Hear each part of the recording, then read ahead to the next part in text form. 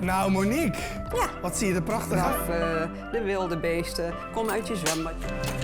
Rest op bouwen. En nou ja, qua beweging zijn we ook een beetje Welkom hier in de Leutfabriek in Sas van Gent. En wat nu als je partner naar een verpleegtehuis moet gaan? Wat gebeurt er dan allemaal? Nou, ik ga daar voor een deel over praten met Karin. Karin van der Motor, welkom. Dankjewel. Ja, Dankjewel voor de uitnodiging. ja, graag gedaan. Allereerst, wie is Karin eigenlijk? Heb je even. Het ligt eraan wat je wil weten, maar laten we het even zakelijk houden. Karin van der Motor, woonachtig in Lamswaarde, al heel mijn leven in Zeeuws-Vlaanderen. Heel mijn leven bijna bij ABN AMRO Bank gewerkt als financieel planner de laatste 20 jaar. En een financieel planner geeft advies en inzicht in de situatie van een klant, heel ondernemer waren het vaak, op gebied van inkomen en vermogen. Ja. Maar dat doe jij nu niet meer? Nee. Jij houdt je nu bezig met inderdaad het financiële stuk op het moment dat mensen naar een verpleegtehuis moeten. Of in ieder geval een van de partners van een echtpaar daar naartoe moet. Dat lijkt me best een hele lastige situatie, zo'n beslissing. Dat is het ook. Het is een heel moeilijke periode. Kijk, als een van de partners naar een verpleeghuis gaat, dat is vaak niet vrijwillig. Nee. En dan gaat een hele lastige periode aan vooraf. En wat is het goede moment om die beslissing te nemen? Wanneer ga je dat echt doen? Ja, gelukkig hebben ze daar heel veel hulp bij, die mensen met case managers en allerlei mensen die daarbij behulpzaam zijn. En in Nederland is het zo dat is erop gericht om zo lang mogelijk thuis te blijven wonen. Ja. Dat willen ook de meeste mensen wel. Ja, maar er komt een moment dat het niet meer kan en dan is een verpleeghuis de juiste oplossing daarvoor. Ja, we hadden het natuurlijk net al over, dat is een lastige beslissing. Ik bedoel, want je bent getrouwd met elkaar of je bent samen met elkaar. Je hebt een langere tijd met elkaar samen gewoond. Ja. En dan moet je zo'n beslissing nemen dat één van de twee naar het verpleeghuis gaat. Want ook het systeem is erop gericht dat er één thuis blijft. In veel gevallen vanwege dat langer thuis blijven wonen. Ja. En dat de ander inderdaad de zorg krijgt die nodig heeft in een verpleeghuis. Ja. Maar dat is natuurlijk ook wel heel erg lastig op het moment dat je die beslissing moet nemen. Want dan trek je dus eigenlijk een echtpaar, mensen die een langere relatie hebben, trek je uit elkaar. Vaak zijn ze natuurlijk 30, 40, 50 jaar getrouwd, 60 soms. Zijn ze dik in de 80 of bijna 90 of in de 90. Ja. En dan komen ze toch alleen. Ja. Het is natuurlijk sowieso al een apart iets, hè? Het emotionele stuk van zo'n beslissing. Ja. Maar daar zit er nog een hele financiële, Klopt. Rompslomp achteraan. Rompslomp achteraan, dat is eigenlijk het woord wat ik zocht van. Ja, hoe dan verder? Ja. Want het emotionele stuk, het uit elkaar gaan, is natuurlijk sowieso al wat. Maar dan? Wat komt er dan allemaal op je af? Nou, dan komt er na een week of 3, 4 nadat je partner is opgenomen in het verpleeghuis, krijg je een brief van de Belastingdienst. En die zegt van, u heeft recht op alleenstaande AOW. Want u woont niet meer op hetzelfde adres, dus u mag alleenstaande AOW aanvragen. Oh. Die alleenstaande... Dat is vriendelijk van de Belastingdienst. Ja, superleuk. Maar die brief, er komt nog een addertje onder het gras. Ja. De alleenstaande AOW moet je rekenen is ongeveer €1000 per maand netto meer dan de gehuwde AOW. Ja. Nou, die partners naar het verpleeghuis, daar moet een eigen bijdrage voor betaald worden. Ja. En voor de rest blijft thuis alles gewoon doorlopen. Alle kosten. Dus eigenlijk heb je dus gewoon dubbele kosten, denk ik. Een beetje wel, hè? Nou ja, dubbel. Je betaalt de eigen bijdrage voor het verpleeghuis. Er komt wat extra's bij. Er komt wat extra's bij. Die is gericht op je inkomen en vermogen van 2 jaar geleden. Maar die moet ook betaald worden. En voor de rest blijft alles gewoon doorlopen. Ja. Gas, licht, abonnementen, alles. En als je nou als achterblijvende partner daar een beslissing over moet nemen, of je dan die alleenstaande AOW wil hebben, waar loop je dan tegenaan? Nou, die brief van de Belastingdienst komt dus en die zegt dus van u mag alleenstaande AOW aanvragen. Oké, prima. Maar een grote disclaimer in die brief, dat mag, maar let op, want dit heeft invloed op uw zorgtoeslag. Op uw eigen bijdrage die je toch al moet betalen. Op, zorgtoeslag, op je huurtoeslag. Je gaat meer inkomen krijgen, dus ook meer belasting betalen. Dus op de inkomstenbelasting. En wat denkt dan iedereen? Laat maar zitten. Die paar €100 eigen bedrijven, dat lukt wel. Laat maar zitten. En doen het dus niet.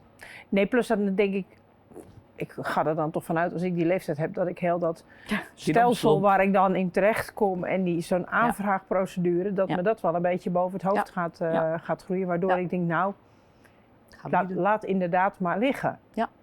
Maar de vraag is of dat dan verstandig is.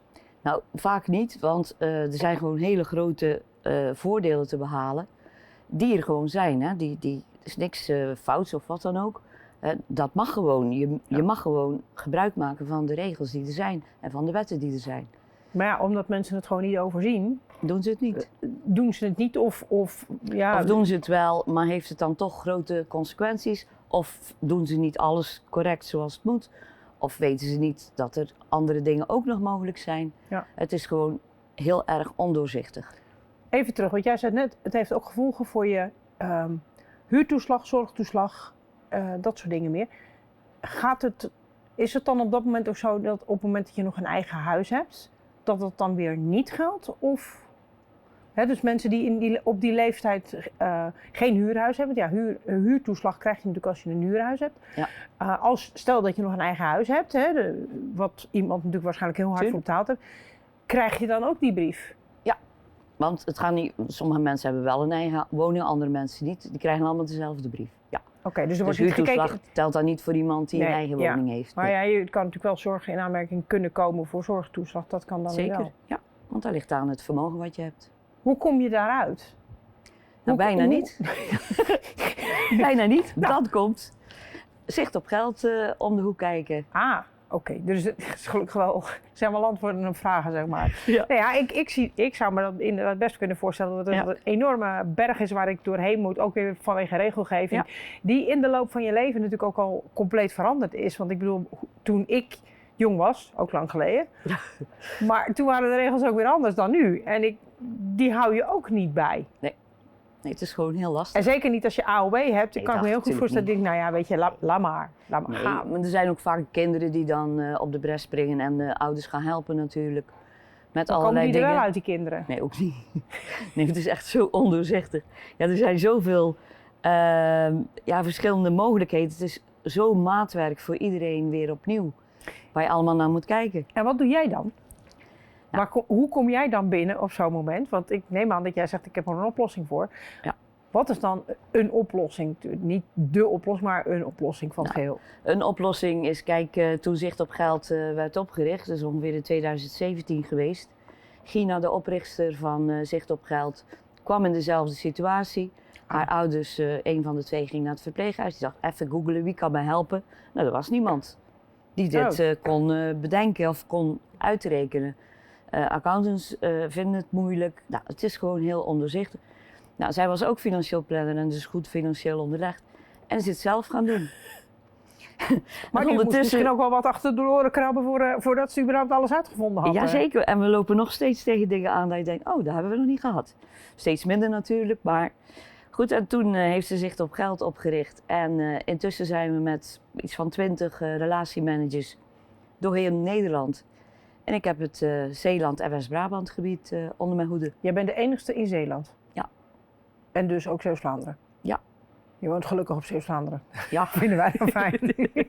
Dicht bij huis ben ik ook begonnen hoor. Want ik ben nu ruim een jaar of 1,5 jaar, bijna 2 jaar ben ik nu bezig. Dus ik heb mijn pijlen ook echt gericht eerst op klanten in Zeeuws-Vlaanderen. Omdat ik daar de meeste mensen ken. Ja. Ik ken case managers, ik ken mantelzorgmakelaars. Nou ja, van alles. Want jij komt natuurlijk niet als een van de eerste binnen. Hè? Jij komt pas binnen op een moment dat echt de beslissing is genomen. Een van de partners gaat naar het verzorgingstehuis omdat het echt niet meer gaat. Ja. En dan komt die financiële trein er nog achteraan. Ja. Dan pas op zo'n moment kom jij pas binnen. Ja, meestal. Of kun jij pas wel doen, laat ik het zo zeggen? Dat kan ik pas wel doen. Ja. Ik kom ook wel eerder binnen, want ook mensen maken zich zorgen. Ja. Hè, die zien het aankomen, mijn partner moet naar het verpleeghuis. Wat betekent dat eigenlijk? Dan kan ik ook een proefberekening maken. Om te laten zien wat het gaat betekenen als dat gaat gebeuren, bij wijze van spreken. Maar dan ga jij waarschijnlijk die mensen, even lullig gezegd, het hemd van het lijf vragen, denk ik. Om een aantal dingen. Nou, dat valt mij wel mee, maar ik heb natuurlijk wel financiële gegevens nodig. Ik heb de aangifte inkomstenbelasting nodig. Dat moet ik wel hebben, ja. Die ik ook niet altijd makkelijk vind om te vinden. Ook al ben ik nog niet in deze leeftijd aangekomen. En 3. Nou ja, hoe was het ook alweer? Inloggen op de Belastingdienst. Ja, en dan kun je ze zo downloaden. Ja, ik weet het. Valt wel Ik weet het. mee. Maar goed. Maar goed, Nee, maar die je- heb ik in eerste instantie nodig en dan kunnen we gaan rekenen. Ja. En hoe gaat dat dan verder? Hoe gaat het dan verder? Ik kom bij de klanten thuis. Meestal dus op het moment dat een van de partners naar het verpleeghuis is gegaan. Dan kom ik bij de mensen thuis. Vaak zijn er kinderen bij. Ik heb natuurlijk alle leeftijden, van 70 tot 95. Die Ja. van 70 kunnen het vaak alleen, maar het ligt eraan hoe digitaal vaardig je bent. Want ik wil wel alles digitaal aangeleverd hebben. Maar mensen van 90, ja, die kunnen dat vaak niet meer. En er zijn er gewoon heel vaak Ja. de kinderen bij en die regelen het dan. Ja. En dan vraag ik die financiële gegevens op. We hebben een heel gesprek natuurlijk van hoe is het allemaal gegaan. Die financiële gegevens komen binnen. Dan gaan we een advies opstellen voor de klanten. Na 2-3 weken is dat klaar. Ga ik weer terug naar de klanten met het advies. Ja.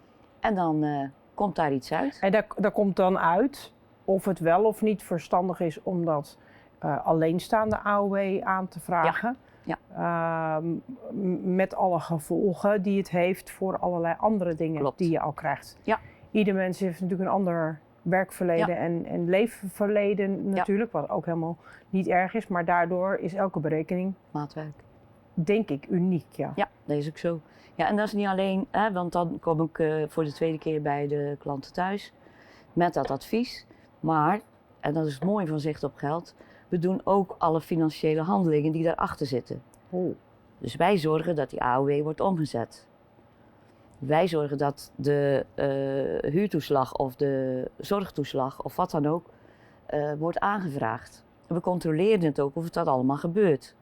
De klanten krijgen dus een heleboel documenten thuis, brieven, van alles en nog wat. Heel veel. Ja, we schrikken. Heel veel. Ze krijgen bij mij al de grote map, alles erin steken. Ja. En als het veel is, hup, bijbellen of het faxen. Scannen en allemaal naar mij sturen. En wij gaan daarna kijken of het correct is. Ja.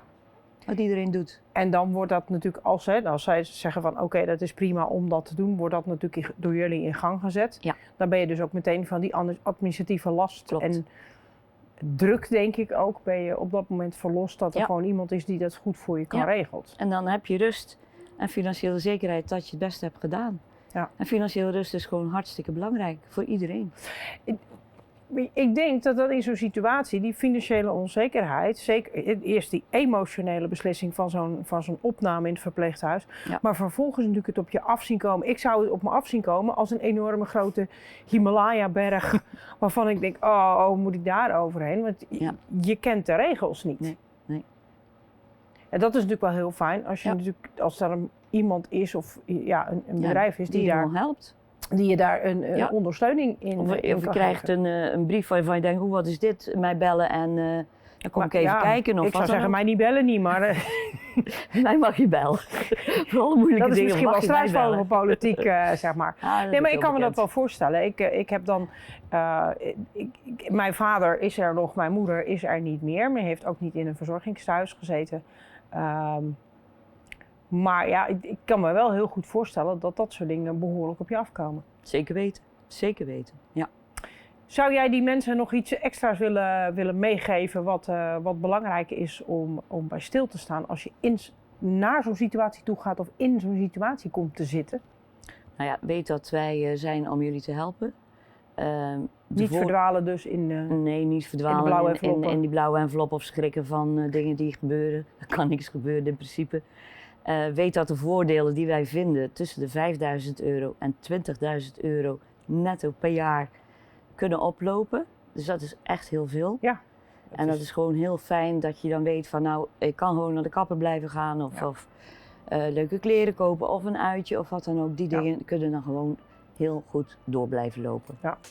Dat is wel een hele geruststelling om dat te weten, want dat zijn natuurlijk wel misschien wel doemdenkdingen, maar als je er niet overheen kan kijken omdat je het niet overziet, is dat natuurlijk wel heel fijn om te weten. Ja, dat klopt. Ik ben ik ben echt heel veel meer wijzer geworden, omdat ik dat eigenlijk nog niet meegemaakt heb, maar ik denk wel dat er heel veel mensen zijn die daar wel dat mee gaan maken. Ja. En ik ben daar heel veel wijzer van geworden. Dus Karin, super. dank je wel. Mag ik er nog één ding aan toevoegen? Zeker. Nou, fijn. Want nu hebben we het vooral gehad over een echtpaar waarvan een van de twee naar een verpleeghuis gaat. Er kan natuurlijk ook een situatie zijn dat alleen je moeder nog leeft. Je vader is bijvoorbeeld 10 jaar geleden al overleden. Ook daar hebben we oplossingen voor om te kijken of mee te denken van wat is verstandig. Of ja, ik was vorige week bij een mevrouw en die was 86 of zo. Haar man was al lang geleden overleden. Maar die zich best wel zorgen maakte van ja, wat nu als ik ook naar een verpleeghuis ga? Ja. Nou, en dan ook die vragen, daar kan een antwoord op komen, maar Zeker. natuurlijk wel niet van onze chat-GPT-achtige mensen op Dat is Google. beter van niet. Nee, dat is beter van niet. Laat je situatie hier bekijken. Karin, dankjewel voor je toelichting. Nou, super. Dankjewel. En ik hoop dat de kijkers het ook interessant vonden. Graag tot een volgende keer.